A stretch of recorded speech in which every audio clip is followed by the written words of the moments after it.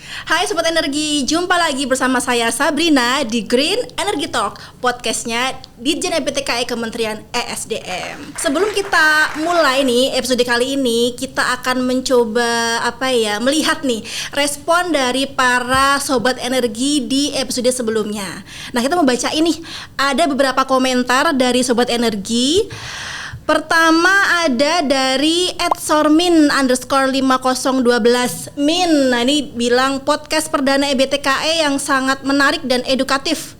Admin supaya sering juga adain podcast tentang EBTKE karena banyak insight yang didapat oleh mahasiswa maupun yang mau belajar tentang energi. Nah, kalau ada saran juga nih, kalau boleh nih admin, teks yang latar kuningnya durasinya jangan terlalu singkat karena yang nonton harus pause podcastnya untuk membaca teks yang latar kuning itu admin. Oke, nanti mungkin teman-teman bisa diedit ya untuk teks kuningnya ya. Terus ada lagi dari Wawan Tong Kosong. Wah, Pak Hendra Iswahyudi ini ya, sehat-sehat selalu ya Pak. Terima kasih, amin. Ada juga dari @Egins Production, menginspirasi khalayak, lanjut bos. Kemudian ada dari @YouChannel _9902, ditunggu episode selanjutnya, sip, hari ini tayang. Terus ada juga dari @Baso Busnarudin, mantap. Oke, terima kasih banyak nih Sobat Energi yang sudah memberikan komentar positif, komen juga untuk episode kita. Kan sesuai janjiku di waktu episode pertama kan kita mau ada berapa tuh ya? 1000 sejuta episode tahun ini. Jadi ditunggu aja, pasti kita akan menawarkan berbagai tema isu seru seputar energi bersih di Indonesia. Nah, kali ini siapa ya tamunya ya? Kemarin Bu Dirjen sudah, Pak Hendra sudah. Hari ini kita kedatangan tamu spesial dari lantai 5 kantor kami, yaitu Mas Eki Dwi Wijanarko. Nah, Mas Eki ini adalah spesialis bahan bakar nabati atau BBN.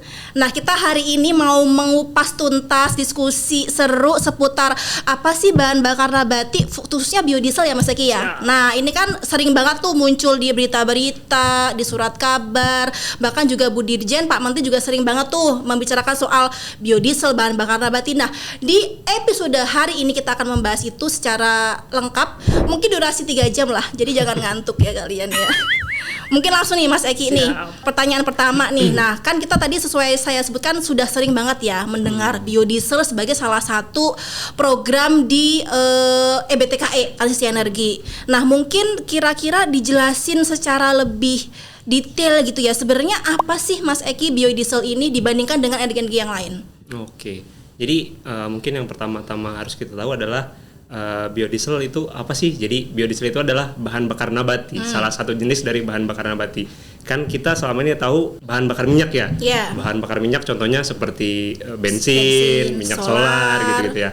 Nah, ini kita ada bahan bakar nabati yang mana bahan bakunya itu dari bisa tumbuh-tumbuhan, bisa dari hewan atau bahkan bisa dari limbah gitu ya.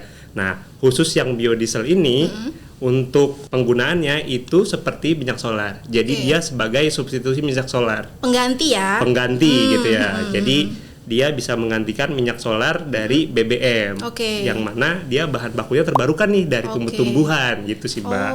Oke. Terus tapi memang ini kan kayaknya agak spesial nih ya. Semacam anak emas nih, anak emasnya di transisi energi. Mungkin ya. Nah, kira-kira kenapa sih biodiesel ini kenapa sering banget diomongin gitu loh? Kayak sering-sering di up terus gitu naik. Kenapa tuh Mas Eki ini? Iya, jadi apa spesialnya biodiesel? Spesialnya biodiesel itu di Indonesia adalah kita yang nomor 1 di dunia untuk pencampurannya. Juara nih ya. Juara kita di dunia, Mbak. Jadi di Indonesia itu kita sekarang udah B40. Yang mana di negara-negara. Maksudnya dulu nih B40 nih apa nih Mas Eki? Kalau pusing nih kalau udah singkat-singkatan tuh. Itu. Nah, kan tadi kita udah mengenal adanya bahan bakar minyak sama nabati gitu ya.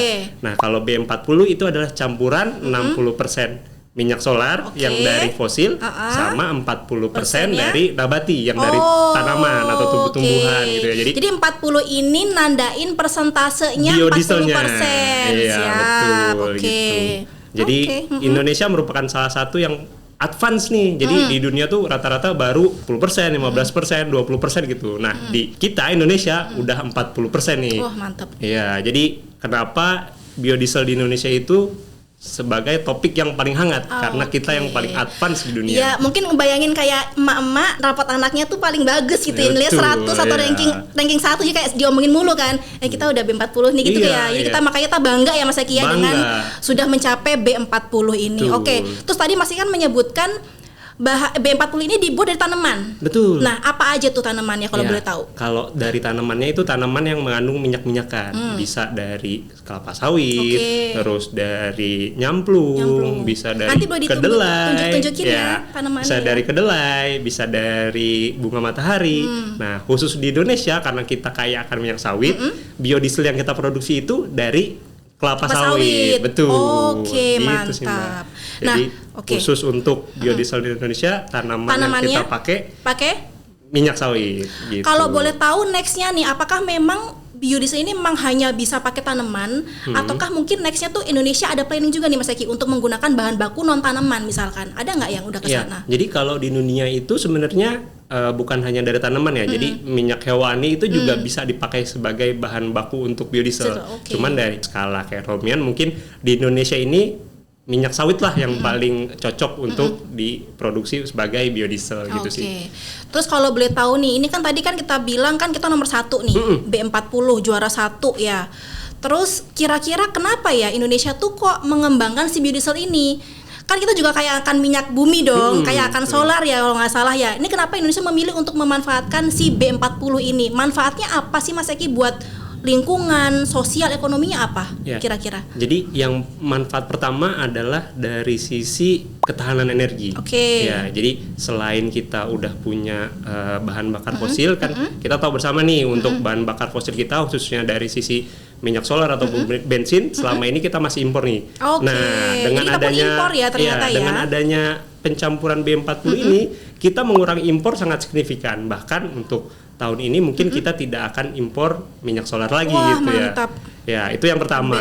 Terus yang kedua dari sisi emisi nih Mbak, karena ini produksinya lingkungannya ya. Karena ini diproduksi dari tanaman, yang mana tanaman itu kan bisa menyerap kembali karbon dioksida yang dihasilkan melalui pembakaran dari bahan bakar tersebut gitu ya. Nah itu jadi recycle tuh Mbak. Beda sama yang minyak bumi. Minyak bumi kan kalau kita bakar ya udah habis. Emisinya nggak bisa di-capture di mana-mana lagi nih gitu ya. Jadi tersebar di udara. Nah kalau biodiesel ini ya kita harapkan tanaman yang memproduksi ini dia akan menyerap kembali karbon dioksidanya. Jadi sih seperti itu. Nah tadi kita sudah mendengarkan penjelasan awal ya dari Mas Eki Dwi Wijanarko terkait dengan biodiesel. Sebelum kita masuk ke materi yang mungkin lebih susah nih ya, kita mau ada jeda sebentar. Kita mau main games ya Mas Eki ya, izin. Gamesnya ini dibuat khusus nih oleh tim. Kita sih berharapnya Mas Eki nggak bisa jawab ya. Jadi ini Mas Eki sistemnya akan nebak nih. Ini ada istilah, tapi kita pakai gambar. Ini kira-kira apa nih? Ini berhubungan sama energi ya Mas Eki ya. Jadi ada apa nih ya? Petir atau listrik ya, ini ada apa ya? Diartikan lah coba. Tapi jangan lama-lama. Penangkal petir?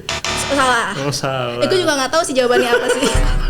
Yang lain, udah menyerah? Apa nih? Susah 5, 4, 3, 2, 1, blank. Next, energi bersih. Energi bersih. Ini kan energi nih ya, listrik itu kan energi. Ini orang bersih-bersih, jadi energi bersih. Siap. Agak maksa ya. Oke, next, gambar selanjutnya. Nah, apa nih? Ada panci, ada kartu, ada bumi. Nah, apa coba? 10 detik ya. 10, 9, 8, 7, 6, 5. Nggak ketebak, susah-susah ini pertanyaannya ya. Pancas bumi. Atau pakai bahasa Inggris pen ya. Pen card earth nggak tahu juga deh. Aku juga nggak bisa. Ini yang bikin soalnya ini ngerjain ya ini ya. Coba susah apa ini? Pancas bumi apa? Pancas bumi. Panas bumi. Oh. Sebentar. Oke. Oh, kita kartu as. Panas bumi. Oke. Oke, boleh. Next. Nah. Kok ada yang ganteng-ganteng panel nih? Surya ya. Mantap. Ada lagi. Nih. Bau. Aku tahu. Masa kita enggak? 5, 4, 3, 2. Tahu enggak? Bauran energi bukan? Oh, bauran energi. Oke. Satu. Ada lagi? Bio. Itu perut apa bumi ya? Bio, sayur, Biolis. Kayaknya apa nih Teh nih? Nggak tahu, menyerah. Biolis. Biolisis, nggak tahu, menyerah. Tahu nggak Mas Eki? Enggak. Apa nih? Boleh deh. Terakhir ya. Biodiesel. Oh, biodiesel berarti. Dari mananya? Oh, biodiet sel. Astaga, ininya sel. Ini Iya. sel. Biodiesel. Baiklah. Oke. Cukup susah ya. Iya. Oke deh. Dari 5 pertanyaan, aku 1, Mas Eki 1. Lumayan lah ya. Tepuk tangan lumayan. dulu. Oke. Setelah games kita lanjut ke pertanyaan selanjutnya yang tentunya lebih detail ya terkait dengan biodiesel. Nah, ini kan kira-kira kita sudah membicarakan tadi berbagai kalangan itu kan membicarakan biodiesel ya Mas Eki ya. Ini sebagai salah satu program prioritas nasional juga, dan ternyata juga sudah menjadi salah satu program yang the best lah istilahnya ya. Karena baru pertama kali Indonesia ini yang pertama di dunia yang mengembangkan B40 atau biodiesel ini.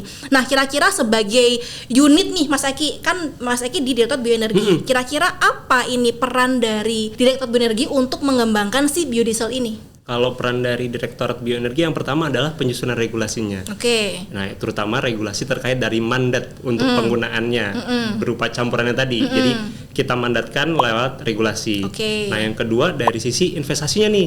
Jadi di Direktorat Bioenergi juga ada kita untuk mencari investasi-investasi kepada para pengembang bahan bakar nabati supaya nanti kecukupan produksinya ini tercapai nih. Oke. Ya, terus yang ketiga dari sisi perizinan. Jadi kita mengurusi perizinan untuk si bahan bakar nabati ini khususnya biodiesel.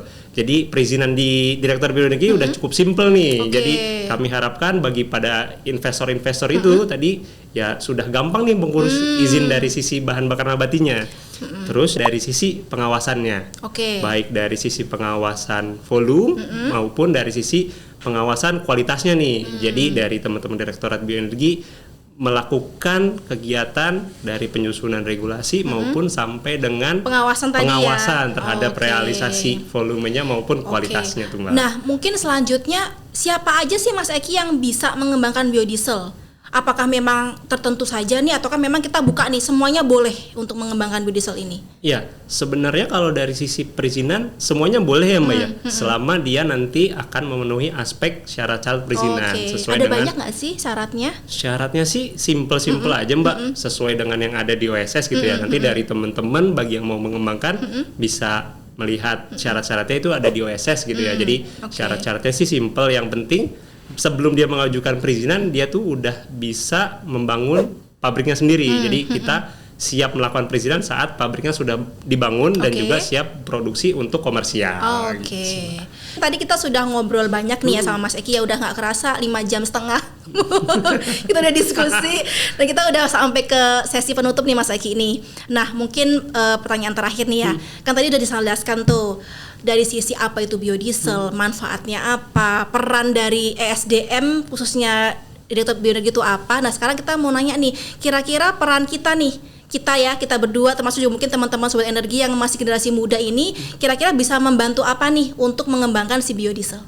Yang pertama pasti sosialisasi secara masif ya ke masyarakat, karena mungkin anak-anak muda di sini belum terlalu paham nih akan biodiesel gitu ya. Taunya kan orang-orang biosolar tuh. Biosolar apa sih? Ya itu kan taunya ya biosolar doang. Padahal di sana biodiesel tuh ada tuh dalam kandungannya gitu. Yang pertama mungkin secara sosialisasi seperti itu. Terus yang kedua kami harapkan terkait dengan keberterimaan gitu ya.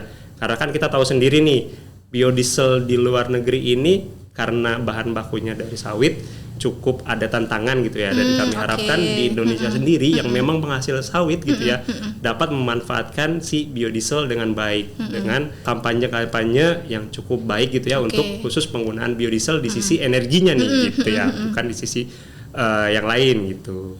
Jadi mungkin untuk anak muda lainnya juga kami harapkan juga bisa mengembangkan energi alternatif lain gitu ya, selain biodiesel gitu.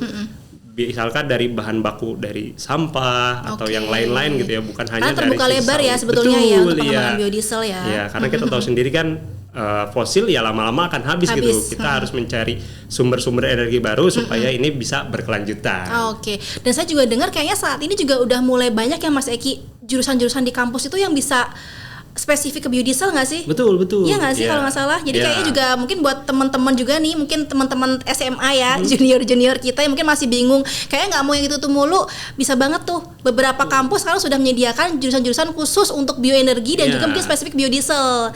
Nantinya bisa menjadi expert dan mungkin bisa kerja sama kami.